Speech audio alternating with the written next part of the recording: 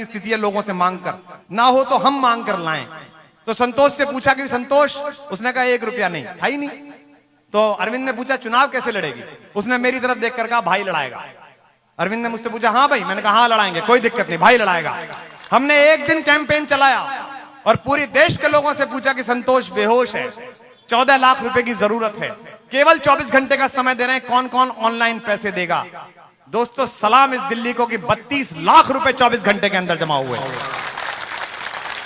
अब एक संतोष नहीं, हमारी 2 संतोष लड़ जाएंगे उस पर, और वो अपनी जिंदगी की जंग भी लड़ जाएगी उसी पैसे पर। इसलिए ये मत सोचो कि पैसा कहां से आएगा, तुम तो उस दिन की उम्मीद करो। उस दिन देखो शादरे जाती हो, आदरणीय शीला दीक्षित जी, लोग पूछते हैं हाल यहां का खराब क्यों है, तो कहती हो यहां तो पहले पागल रहते थे, मैंने रहने लायक बना दिया। पानी में अनाज भीग जाता है, लोग कहते हैं मैडम पानी में अनाज भीग गया, तो क्या हुआ, सड़ा थोड़ी है अभी। प्रधानमंत्री कहते हैं कि पैसे झाड़ पर नहीं लगते, इस बार आना वोट मांगने अपनी चाची को लेके, कह देंगे वोट भी वहीं से ले ले, झाड़ पर लगे हुए, जा हमारे वोट भी वहीं लटके हुए हैं। इतना अहंकार, इतनी बदतमीजियां। इसलिए मैं कहना चाहता हूं आप सबसे, मैं इस मंच पर खड़े होने के बाद भी आपके बीच हूं। मैंने पिछले 2 साल में कभी गालियां नहीं सुनी, उससे पहले मैंने कभी नहीं सुनी। मैं तो जाता था, कभी सम्मेलन में जाता था, प्रोग्राम में जाता था, कई लाख रुपए लेता था, पीछे से चला जाता था, पीछे से आता था। मैंने पहली बार देखा, पहली बार धमकी देखी, पहली बार अपने घर पर गुंडे देखे। 28 तारीख को अन्ना का अनशन समाप्त हुआ, 30 तारीख को इनकम टैक्स वाले मेरे पास आ गए, जैसे भारत का सबसे बड़ा अंबानी मैं ही हूं, पता नहीं। बेचारे लगे रहे पूरे दिन, आखिर में धन्यवाद के अलावा कुछ दे ही नहीं पाए, और आंख दबा के बोले साहब ऊपर से आप समझ लीजिए। मैंने कहा हम सब समझ रहे हैं, ऊपर तुम्हारा कहां है, पर तुम भी उन्हें समझा देना कि उनके ऊपर भी एक ऊपर है जो इंतजार कर रहा है उनका, कभी ना कभी वहां भी जाना है। जितने प्रकार के तुम्हें काम करने हैं कर लो।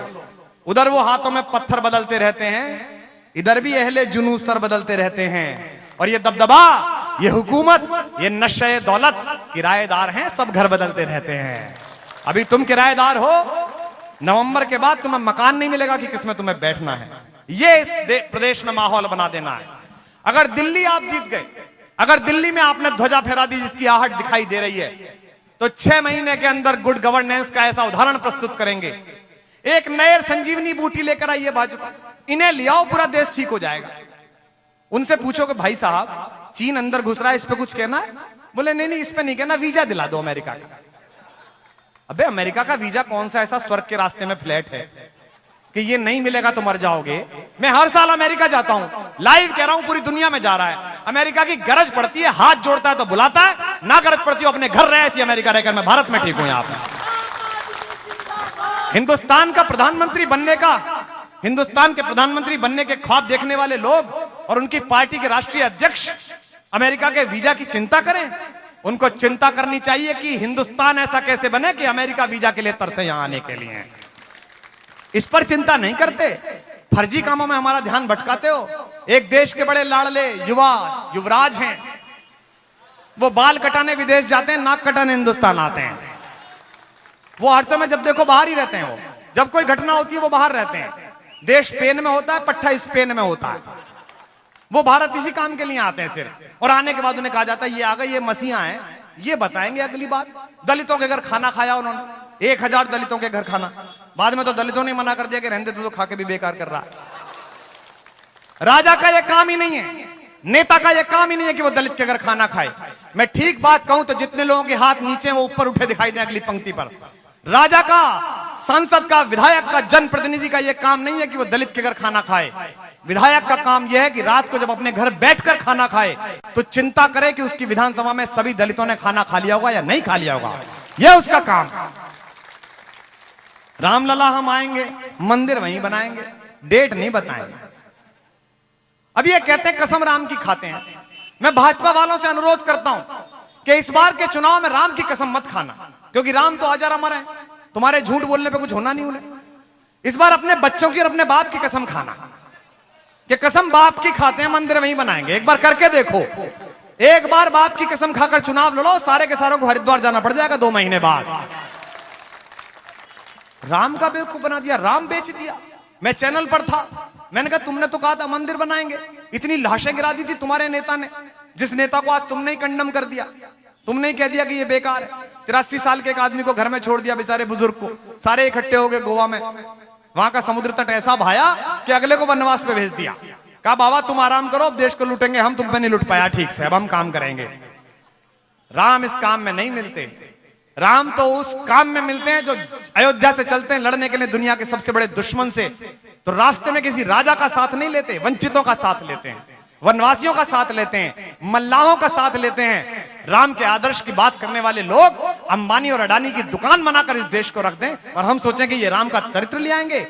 राम के नाम पर राजनीति करने वाली पार्टी सोच कर देखे, भगवान राम और उनके छोटे भाई भरत के बीच में 14 साल अयोध्या का सिंहासन फुटबॉल की तरह घूमता रहा। तुम रखो भाई, नहीं मैं नहीं रखूंगा, तू रखे। और उसी पार्टी के सबसे बड़े रहनुमा, मुझे कहना नहीं चाहिए, इतने परेशानी में फंसे कि अपनी भाई की गोली के शिकार हुए। आपने राम के नाम पर राजनीति की, राम अंदर से नहीं जिया आपने, अन्यथा ना ये आपके साथ होता ना देश के साथ होता। आपने राम को छोड़ा, राम ने आपको छोड़ दिया कि जाओ तुम मेरे नहीं हुए तो किसी के भी नहीं हो सकते। मैं आखिर में, जैसा सुरेंद्र ने मुझे कहा है, आज ये सुरेंद्र का दिन है, आज कमांडो सुरेंद्र का दिन है, आज संजय सिंह का, कुमार विश्वास का दिन नहीं है, आज उस सैनिक का दिन है जो इस समय भी AK-47 लेकर खड़ा हुआ है सियाचिन की -42 डिग्री सेंटीग्रेड में। आज हर उस सैनिक का दिन है जो आज की दोपहरी में 48 डिग्री में जैसलमेर के आगे खड़ा हुआ था। दोस्तों, मैं हर साल अमेरिका जाता हूं। वॉशिंगटन में एक डॉक्टर साहब मुझे मिले, वो अपने घर पे खाना खिलाने ले गए, कुछ डॉक्टर्स को बुलाया और कई डॉक्टर से परिचय कराया। मुझे एक खुशी हुई, मेरी आंख भीग गई ये दिन जानकर कि राष्ट्रपति ओबामा के 18 डॉक्टर्स की टीम में 13 भारतीय लड़के लड़कियां काम करते हैं।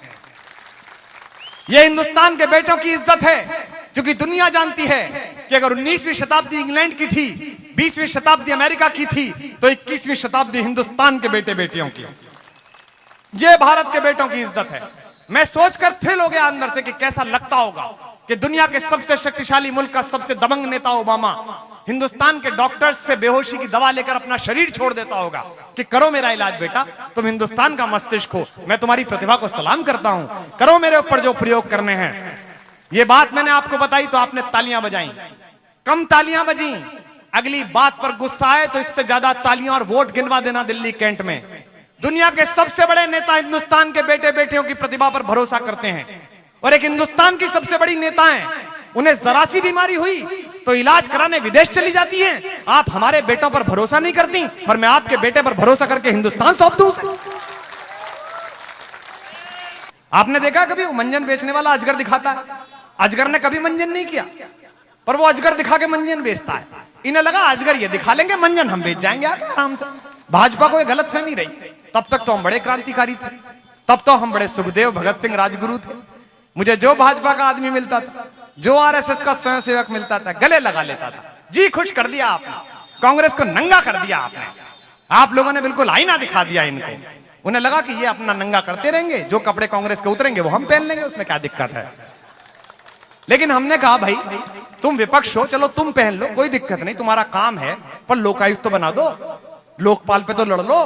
3 बातें तुमने सबके सामने कही थी। अंदर जाके सुषमा स्वराज बोली संघीय ढांचे पर प्रहार है। उसी दिन कहती जिस दिन अन्ना 2012 में 12 दिन के लिए बैठे हुए थे, उस दिन कहती कि हम लोकायुक्त नहीं बनाएंगे, संघीय ढांचे पर प्रहार है। पता था कि देश इतना गुस्से में कि खुद के ढांचे नहीं बसते, कहां रखे हुए हैं दिल्ली में। उस समय तो बोले आई सल्यूट अन्ना हजारे, और बाद में 2-4 महीने बाद बोले नहीं नहीं हम नहीं बनाएंगे, तो संघीय ढांचे पर प्रहार है। आपको यह गलत फहमी है कि दुनिया भूल जाती है। दुनिया सब याद रखती है, हिंदुस्तान सब याद रखता है। हिंदुस्तान उस बेटे को जन्म देता है जो 7 साल की उम्र में अपने पिता को जलियांवाला बाग में मरते हुए देखता है, और 16 साल की उम्र में जाकर जनरल डायर की छाती में गोली मार के आता है। हिंदुस्तान उन बेटों को जन्म देता है। लोग कहते हैं 70 लोग कहां से आएंगे, लोग कहते हैं 540 लोग कहां से आएंगे। भारत माता की कोख इतनी बांझ नहीं है कि वो सिर्फ कलमाड़ी और गडकरी पैदा करे। भारत माँ ने अच्छे बेटे पैदा करना बंद नहीं किया। अभी दिल्ली कैंट ने एक चुन के दिखा दिया, आपने निकाल दिया एक आदमी। दोस्तों इसीलिए कहता हूं, मैं तो बहुत छोटी बिसात का आदमी, बहुत छोटा कलाकार हूं। रात भर कविताएं सुना के पैसे लाकर अपना घर चलाता हूं। पहले नौकरी करता था। इस देश में बड़े बड़े कलाकार हैं। इस देश में शाहरुख खान है, सलमान खान है। इस देश में बड़ी बड़ी हीरोइन है, प्रियंका चोपड़ा है, कैटरीना कैफ है, जिनके ट्विटर हैंडल और फेसबुक पर करोड़ों की फैन फॉलोइंग है। वो अपने कुत्ते के फोटो लगाते हैं। वो सारे हीरो अपने कुत्ते का फोटो लगाते हैं, लेकिन पिछले 3 साल में आपने हीरो इमेज का मायना बदल दिया। आज हिंदुस्तान में फिल्म कौन सी हिट हो रही है, पिट रही है, किसी को कोई मतलब नहीं है। आज हिंदुस्तान में खलबली उस समय मच जाती है जब 5.5 फीट का 40 किलो का एक लड़का कहता है कि मैं कल कुछ लोगों की जन्मपत्री खोलूंगा, तो 250 नेताओं को नींद आनी बंद हो जाती है कि क्या होगा। यह हिंदुस्तान में आपने चमत्कार करके बताया कि एक छोटा सा आदमी चलता है चप्पल पहनकर, घिसी हुई कमीज पहनकर, पैंट पहनकर, अरविंद केजरीवाल, तो ये दिल्ली में इनकी खलबली मच जाती है। This Kejriwal guy is very negative. Kejriwal तो कंप्लीट पॉजिटिव है, तुम्हारे यहां एक ही चीज पॉजिटिव है, नाम नहीं लूंगा उसका कौन सा पॉजिटिव है।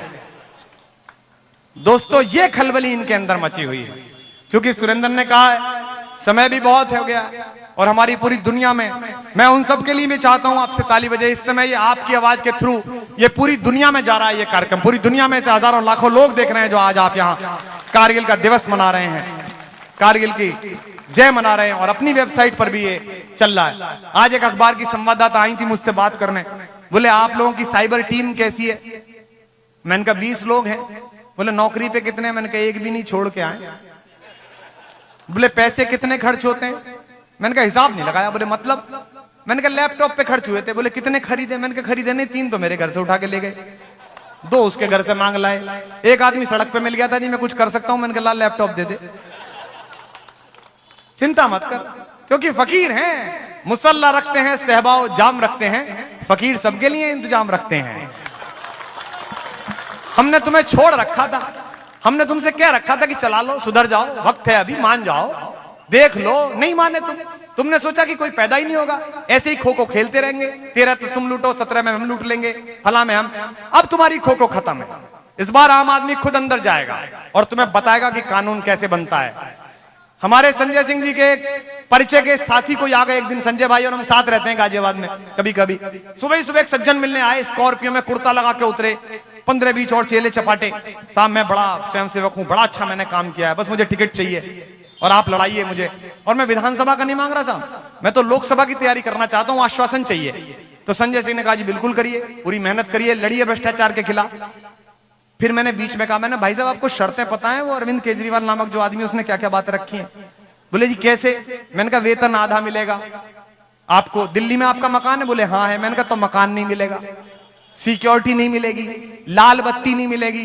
बोले जी फिर क्यों टिकट लूंगा मैं? मैंने कहा हम देने गए थे तुझे, भाई तू ही आया था, ऐसा टिकट लेना है तो ले ले।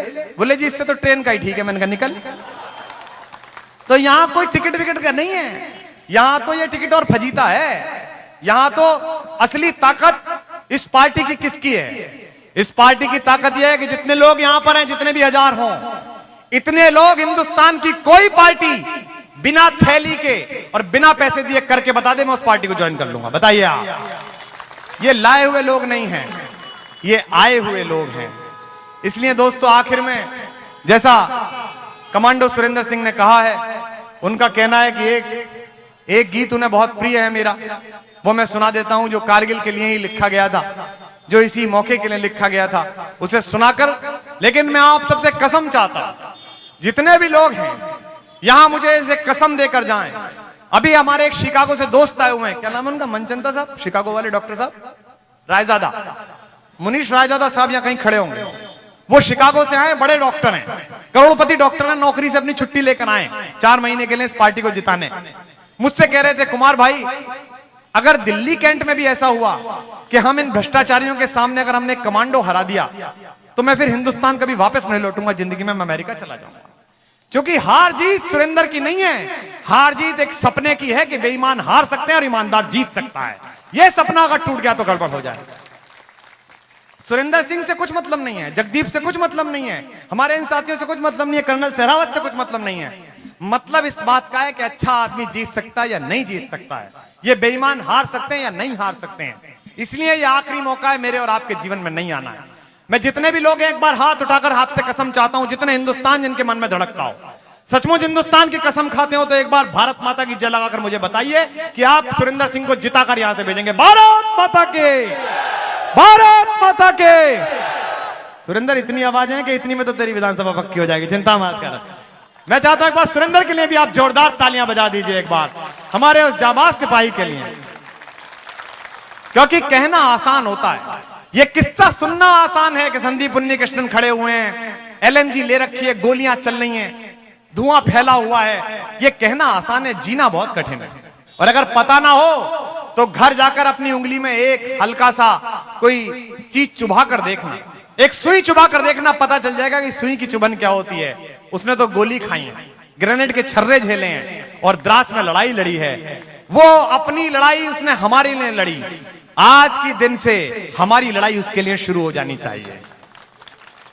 1000 कमियां हो सकती हैं आम आदमी पार्टी में, 1000 कमियां हो सकती हैं अरविंद केजरीवाल, 1000 बुराइयां हो सकती हैं संजय सिंह में और कुमार विश्वास में, लेकिन मुझे इस मजमे में से कोई एक आदमी एक कमी सुरेंद्र सिंह की बता दे, मैं मान जाऊंगा कि उसे हार जाना चाहिए, यहां से नहीं जीतना चाहिए उसे।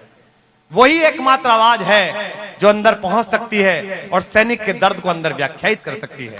इसलिए उसका जीतना जरूरी है, इसलिए आपकी दाद जरूरी है, इसलिए आपका साथ जरूरी है।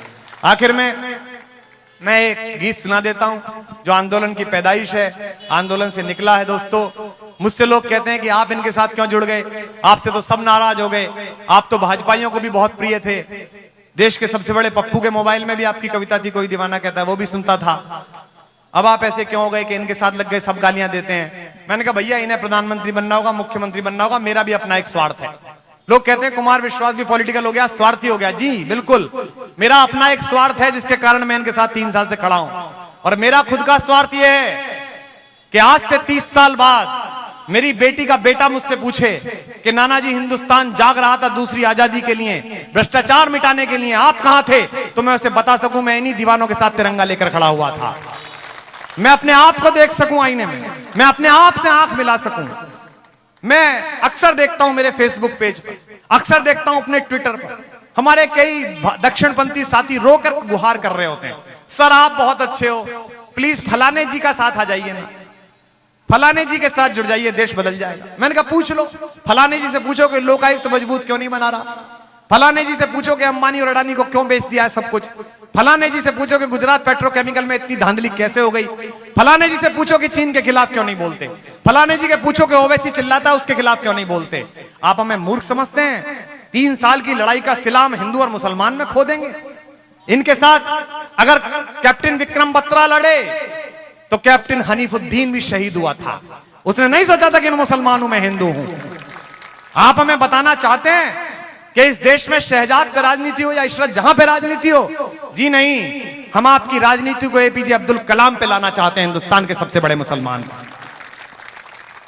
65 सांसदों ने लेटर लिखा है अमेरिका को कि मोदी को वीजा मत दो, मोदी से आपकी 50 लड़ाइयां हो सकती हैं, 50 मतभेद हो सकते हैं, आप में दम है चुनाव लड़िए उसके खिलाफ, आप में दम है उसके खिलाफ खुलासा करिए।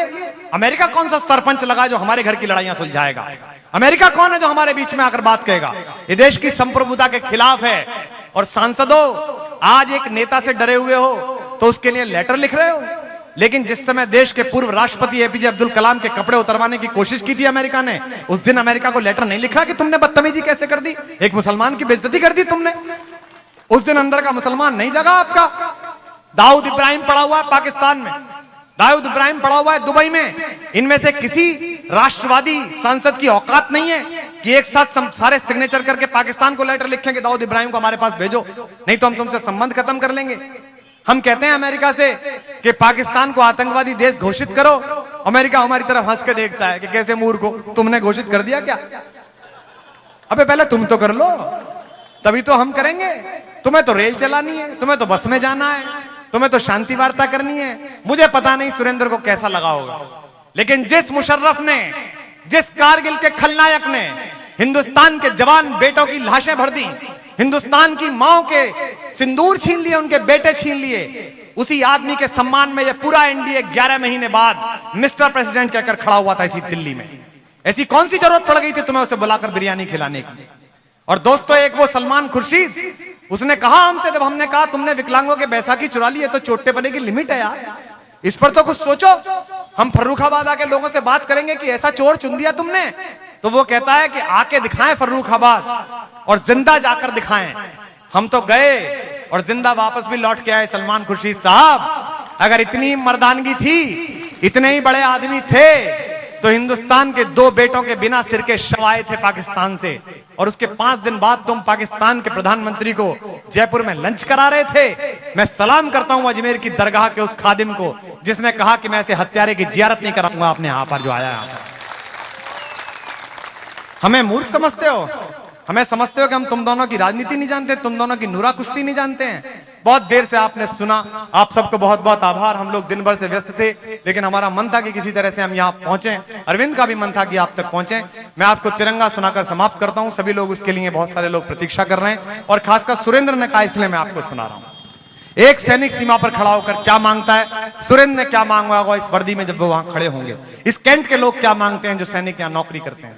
निवेदन करता हूं कि शोहरत न अता करना मौला, शोहरत न अता, तालियां सबकी होनी चाहिए। शोहरत न अता करना मौला, दौलत न अता करना मौला, बस इतना अता करना चाहे, जन्नत न अता करना मौला। शम्मे वतन की लो पर जब, शम्मे वतन की लो पर जब कुर्बान पतंगा हो, होठों पर गंगा हो, हाथों में तिरंगा, जोर से गाओ, होठों पर गंगा हो, होठों पर गंगा हो,